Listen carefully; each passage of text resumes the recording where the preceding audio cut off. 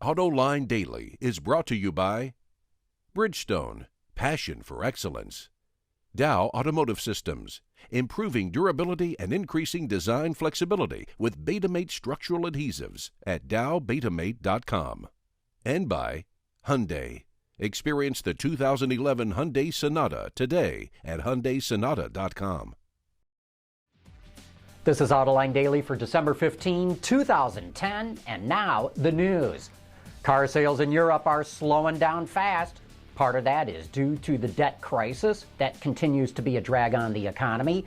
Part of it is the hangover from ending scrappage schemes that offered customers generous incentives to turn in their clunkers for cash. Fiat, Ford, Peugeot, Renault, they've all seen their sales drop a lot. And yet Bloomberg reports that German assembly lines are humming with activity. So what's going on? Here's my Autoline insight. The luxury segment has not been hit nearly as hard by the economic crisis, but more importantly, German automakers do a great job of exporting their luxury cars all around the world, especially China. And the global market for luxury cars is doing quite well. You know, here on Autoline Daily, we like to keep an eye on all aspects of the automotive industry. Sure, we love to cover all the new product that's out there, but we also like to look at what it takes to make new cars. You can't build a car without the proper raw materials. Well, right now there's a global shortage of rubber, and prices are skyrocketing. Automakers use rubber in all kinds of moldings, not just the tires. So Bloomberg reports that India is now going to experiment with genetically modified rubber plants that will be immune to drought and will produce higher yields. India did the same thing with cotton and went from a net importer to becoming the second biggest exporter in the world. China now spends more money on research and development than any country in the world except the United States. The Wall Street Journal reports that China just surpassed Japan in R&D. Even though the U.S. spends more on R&D than China and Japan put together, a big chunk of the U.S. spending is tied up in the automotive industry. In fact, I would estimate that GM, Ford, and Chrysler spend close to $20 billion a year in R&D. And maybe this is where some of that R&D spending went for GM, because it is thinking out of the box. Its performance parts division just announced the availability of an all-new crate engine called the LSX 454R. It's the most powerful small block V8 the company has ever engineered. Designed for drag racing, it's officially rated at 720 horsepower and 720 pound-feet of torque. To deliver those numbers, it features all forged internals and special high-flow, high-compression cylinder heads. It also features a solid roller cam. The cherry on top of this performance sundae is a Holley Dominator carburetor. No word yet on price or availability, but like J.P. Morgan said, if you have to ask, you can't afford it. With the first Volts just reaching Chevy dealers this week, rumor has it the General is already preparing a crossover based on the extended range EV. Keeping with the electricity theme, Autoblog reports the 5-seat vehicle will likely be called the AMP, and it could debut at the Detroit Auto Show next month. You know, I wonder if GM would offer another one called the OM. Boy, that'd be a Zen-like name. Hey John, what do you drive? I drive an OM.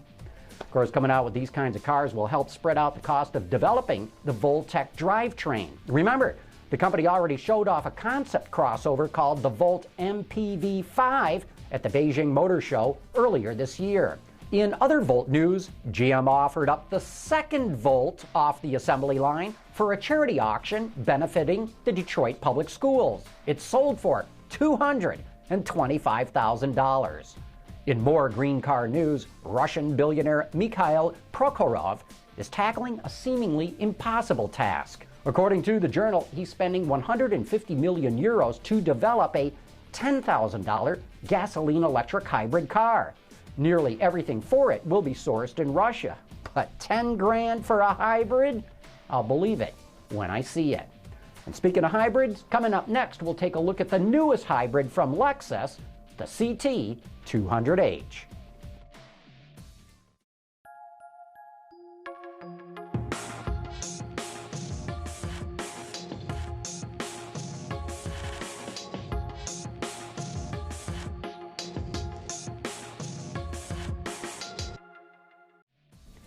Toyota sells more hybrids than every other automaker put together, but none of its hybrids have replicated the success of the Prius.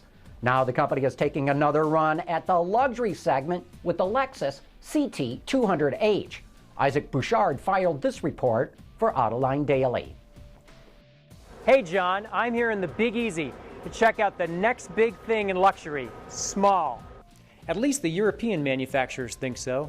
Tighter carbon regs are forcing people into cars with smaller footprints, both physically and environmentally. Not wanting to be left behind, Lexus is rolling out the CT 200H Hybrid, and we're here in New Orleans to see if their latest has got what it takes. The CT certainly looks European. A 5-door hatch is about as continental as it gets. Inside, it has great seats, a good driving position, and decent quality materials. Though there's lots of standard equipment, there's surprising emissions too. No Mark Levinson audio, cooled seats, or the like. Powering the CT is a 1.8-liter Atkinson cycle engine coupled with a nickel metal hydride battery pack. Basically, this Lexus is a Toyota Prius underneath. The upside is 42 miles per gallon combined. And the downside is that the CT 200H is slow. And that's not just because we're in the Louisiana swamps. It only has 134 horsepower, and it does 0 to 60 in 10 seconds. Luckily, the rest of the driving experience is more class competitive. It's got excellent steering feel, especially for an electric power assist system. The chassis composure is really quite good, and the ride quality would do a Lexus proud. It's not so much that it was designed for Europe in terms of how you see the car, but in terms of the implication for Europe's volume, it has a bigger implication because their volume is historically less than ours. So whereas CT in the US will be 5, 6, 7% of our volume, in Europe it's more than 40%. Lexus has only modest sales goals for their latest. They expect to move about 1,000 per month in America. At that rate, it would take over 6 years to fill the Superdome with CT 200H owners. The question is, does this Lexus have that much time? From New Orleans, I'm Isaac Bouchard for Autoline Daily. Isaac, thanks for that report, but man, a 10-second 0 to 60 time, especially for a luxury car, that is only borderline acceptable. And that's today's report on the top news in the global automotive industry. Thanks for watching. We'll see you tomorrow.